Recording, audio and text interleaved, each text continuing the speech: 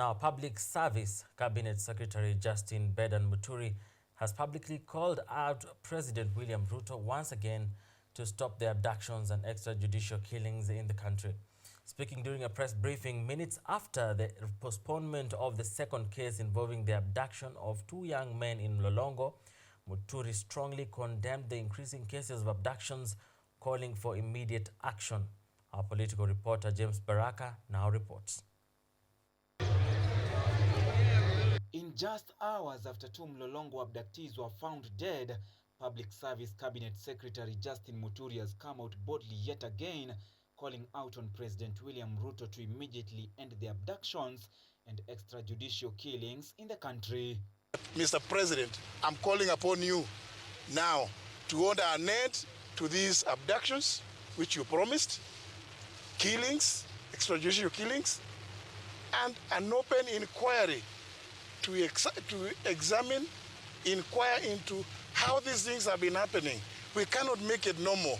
Muturi, who has recently faced intense condemnation from Ruto's allies for his daylight criticism to the government which he himself is part of, sharply rebuked the government for what he termed as misplaced priorities.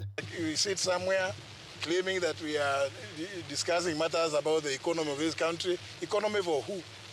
If we are killing them, abducting and killing the young ones, so what are you doing the economy for?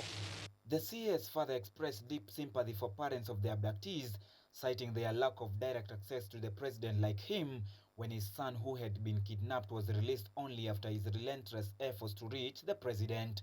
I was lucky that when my son was abducted, I was able to reach the president, and he immediately ordered Nuldin Haji to release him. And Nuldin, he went ahead and released him. How about these parents and relatives who cannot reach the president? I do recall that during the campaigns, we went around the country saying that abductions, extrajudicial killings would never happen at our watch. But now it is happening. As soon as the House opens, this is the topic number one of the House. We cannot allow the House to proceed when we don't know where our children are. So that the police moves with speed, produces these people whether dead or alive as they have been ordered by the court.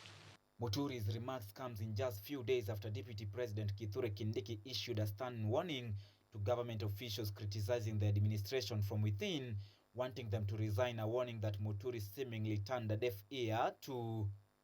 Wale wanataka kuoppose rais watoke nje, wajoin Kalonzo, Wajakoya na hiyo timu nyingine waanze kuoppose wakiwa huko nje. There is no problem. But you cannot be prime minister flying a flag and then you are sabotaging the same administration. Not possible. Policy that supports abductions and extrajudicial killings. As abductions and extrajudicial killings in the country continue to be a thorn in the flesh, President Ruto's administration continue to face mounting pressure from public service CS and human rights organizations alike. James Baraka for KUTV, Nairobi.